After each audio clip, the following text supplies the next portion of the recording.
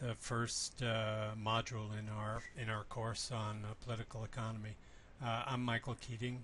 I'm the professor, as you know, and I'd like to jump right into the subject matter in the way that the authors of the book Why Nations Fail do. This is the key text for the first month of the course. I hope you get a chance to get a hold of it as soon as possible.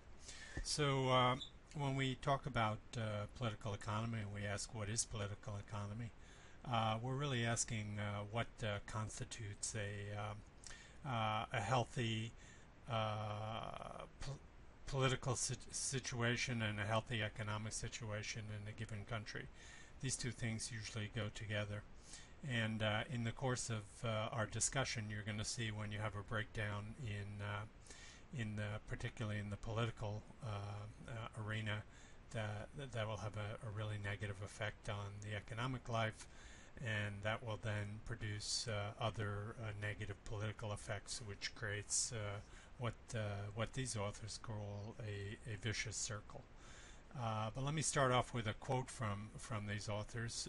They say, nations fail when they have extractive economic institutions supported by extractive political institutions that impede or even block growth. Now, just remember those terms, extractive economic institution and extractive political institutions, because these are key concepts for what we're going to be discussing in the next couple of weeks. So as the authors do, we're going to ask some questions about what's going on in Egypt. If you've been following the news, particularly the past couple of years, you saw Egypt go into a rather convulsive social situation. There were mass demonstrations, there were coups, there were changes of government. Egypt was very unstable for many years. It seems to have stabilized, at least politically. It has once again a very strong leader who came from a military background, and has at least imposed social order. But as we will learn, this type of political institution, which is dominated by an elite, which is dominated by a group of individuals who are really not representative of the will of the people. This produces very negative economic outcomes, and this is really the question of what the political economy is. So we ask a few questions about Egypt, and we can ask these of many different countries, but in this case we'll focus on Egypt. And the questions are, why is Egypt so much poorer than the United States, for example? And what are the constraints that keep Egyptians from becoming more prosperous? Egypt has been a cohesive society for thousands of years, but right now it's a lower middle income country, lots of unemployment, particularly among young people, lots of disparity between the wealthy and the poor, and very few economic prospects for the vast majority of people. And finally, we ask the question, is this type of poverty in Egypt, is it immutable, or can it be eradicated? Is there something about Egypt that makes it prone to poverty, or is there something that could be done to change the situation? Often, commentators point to different reasons for a situation like we have in Egypt. They talk about the fact that it's a desert country. They talk about the fact that it's in an unstable region of the world. There's a whole host of explanations that so-called experts have about what's going on in Egypt. But if you ask Egyptians themselves what's happening, it's quite interesting. And you can read these quotes. They say, we're suffering from corruption, oppression, bad education. We hope we'll have an elected government, that universal freedoms are applied. We put an end to corruption. According to the authors, Egyptians and Tunisians both saw their economic problems as being caused by their lack of political rights. No mention of religion, no mention of geography, no mention of political instability in the region. So if you just ask ordinary Egyptians, they point the finger at their political system. So when we talk about political economy, as we will be talking about political economy through this course, we're really talking about a subject that lies at the intersection between economic life and political life, and it's a very powerful and useful lens to look at the problems in the world today.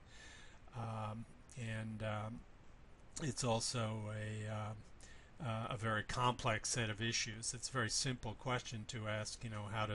How does politics affect economics? But you will see that it's a very complex question, and it's really a two-sided question, because you can also very easily ask how economics affects politics. So both perspectives we're going to be looking at and taking really a long historical look at how the current situation evolved. So let's talk a little bit about how this course is going to play out. First of all, we're going to take a look at the evolution of various political economies around the world, and that means we're going to be looking at Europe, we're going to be looking at North America, South America, Asia, and the Middle East, because each of these parts of the world evolved in a different way. Then after we've sort of done this broad global analysis, we're going to look very deeply at one particular region in the world, and that's West Africa, and during one historical era, which is in the post-colonial era. And I'm very interested in West Africa. I do a lot of work there. I've been working in the region for the last 10 years. So for me, this is both very personal, very interesting, but I think it also reveals the underlying conflicts, the political economy conflicts that are affecting not only West Africa but other parts of the world.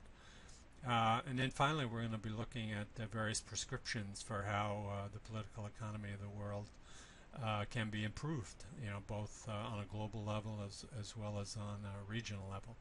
And we're actually going to be examining the work and the ideas of the current president of Afghanistan.